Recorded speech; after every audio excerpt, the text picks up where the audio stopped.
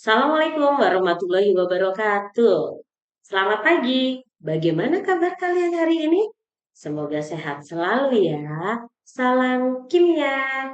Kita hari ini akan membahas tentang zat dan perubahan. Oke, sebelum kita bahas tentang zat dan perubahan, kita akan melihat tujuan pembelajarannya terlebih dahulu. Yang pertama, peserta didik mampu menganalisis sifat zat yang dibedakan secara kimia dan fisika. Yang kedua, peserta didik mampu menganalisis ciri-ciri dari perubahan zat secara fisika dan kimia. Kita sudah tahu tujuan pembelajaran hari ini? Mari kita masuk materi zat dan perubahan. Sebelumnya, kita harus tahu definisi zat. Apa itu definisi zat? Zat disebut juga materi. Sekarang, materi itu apa?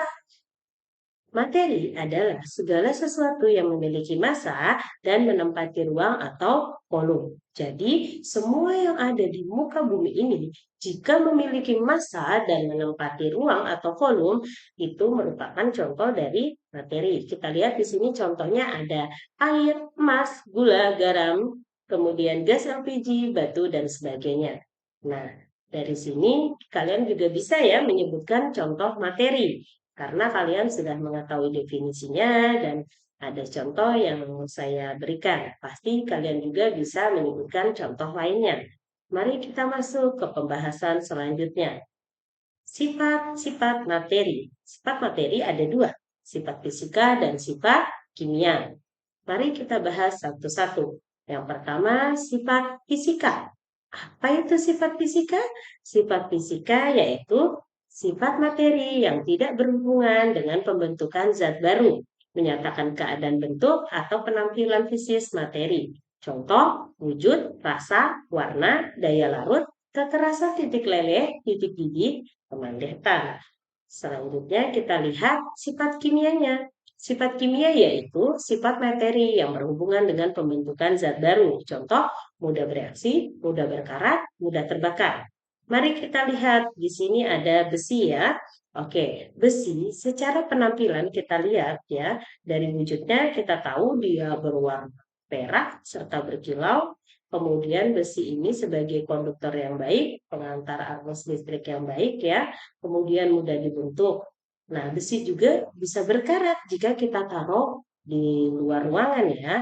Nah, dari yang Ibu sebutkan tadi ya, kita tahu bahwa di sini wujudnya berwarna perak serta berkilau, kemudian dia mudah dibentuk. Kita lihat berarti bahwa besi ini sifat fisikanya dari wujud terlihat, kemudian dari mudah dibentuk berarti menyatakan keadaannya dia mudah dibentuk. Berarti kita sudah bisa lihat sifat fisiknya, sifat fisikanya. Nah, kalau kita taruh di luar, besi ini akan berkarat karena dia bereaksi dengan udara, oksigen di luar yang membuat besi ini mudah berkarat. Jika karat ini kita lihat besi ini mudah berkarat, berarti kita sudah bisa melihat sifat kimia dari besi tersebut. Oke, kita lanjut. Kita sudah bisa melihat sifat fisika dan sifat kimia dari besi. Semoga kalian jika melihat benda lain, kalian juga bisa ya menunjukkan sifat kimianya dan sifat fisikanya. Mari kita lanjut ke pembahasan berikutnya. Ada perubahan materi. Perubahan materi dibagi menjadi dua. Ada perubahan fisika, ada perubahan kimia. Kita bahas dulu ya tentang perubahan fisika.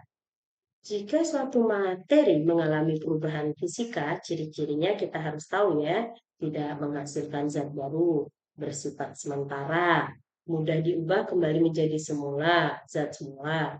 Umumnya berupa bentuk, wujud, dan ukuran. Contohnya, air dibekukan menjadi es, kamper menyublim, tepung dari beras. Kita lihat ya, materi jika mengalami perubahan kimia, ciri-cirinya menghasilkan zat baru, bersifat permanen, kemudian proses pengubahan menjadi zat semula, perubahannya ditandai dengan adanya perubahan warna, terbentuknya gas, terbentuknya endapan, dan terjadinya perubahan suhu. Nah, contohnya mangga membusuk, kertas terbakar, besi berkarat. Mari kita lihat gambar berikut. Di sini ada gambar kertas terbakar. Jika kita melihat gambar tersebut, apakah dia mengalami perubahan kimia atau perubahan fisika? Kalian bisa menjawabnya ya.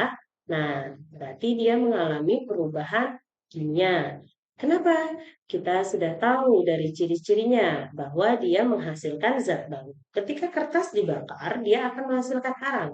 Nah, sudah kita lihat berarti dia dapat menghasilkan zat baru dan dia juga tidak bisa kembali ke bentuk semula. Maka dia termasuk contoh dari perubahan kimia. Kita lihat gambar selanjutnya. Ada lilin di sini, lilin yang menyala. Apakah dia termasuk perubahan fisika atau kimia? Nah, lilin jika kita nyalakan kemudian meleleh kemudian dalam suhu tertentu dia kembali lagi menjadi padatan, sudah jelas ya bahwa dia tidak menghasilkan zat baru. Maka dia termasuk perubahan fisika karena ciri-ciri dari perubahan fisika tadi dia tidak menghasilkan zat baru. Nah, sekarang kita lihat gambar berikutnya. Nah, ada singkong berubah menjadi tape. Singkong setelah dikasih ragi, dia mengalami fermentasi, maka dia akan menghasilkan tape. Di sini kira-kira dia mengalami perubahan fisika atau kimia ya? Ya, betul. Dia mengalami perubahan kimia. Karena apa? Karena di sini terjadi reaksi. Tadi ciri-cirinya juga kita sudah tahu bahwa perubahan kimia dia akan menghasilkan zat baru. Oke, dari tiga contoh ini semoga kalian bisa membedakan mana yang mengalami perubahan kimia, mana yang mengalami perubahan fisika. Di sini ada contoh ya, biar kalian lebih paham, kalian bisa mengerjakan soal yang saya buat. Di sini ada 4 soal untuk uji kemampuan kita ya. Semoga kalian bisa mengerjakan untuk materi zat dan perubahan. Semoga kalian bisa tambah ilmunya dan kalian lebih giat lagi belajar. Semoga ilmu yang saya sampaikan bermanfaat untuk hari ini, untuk materi ini. Sekian dan terima kasih. Salam kimia.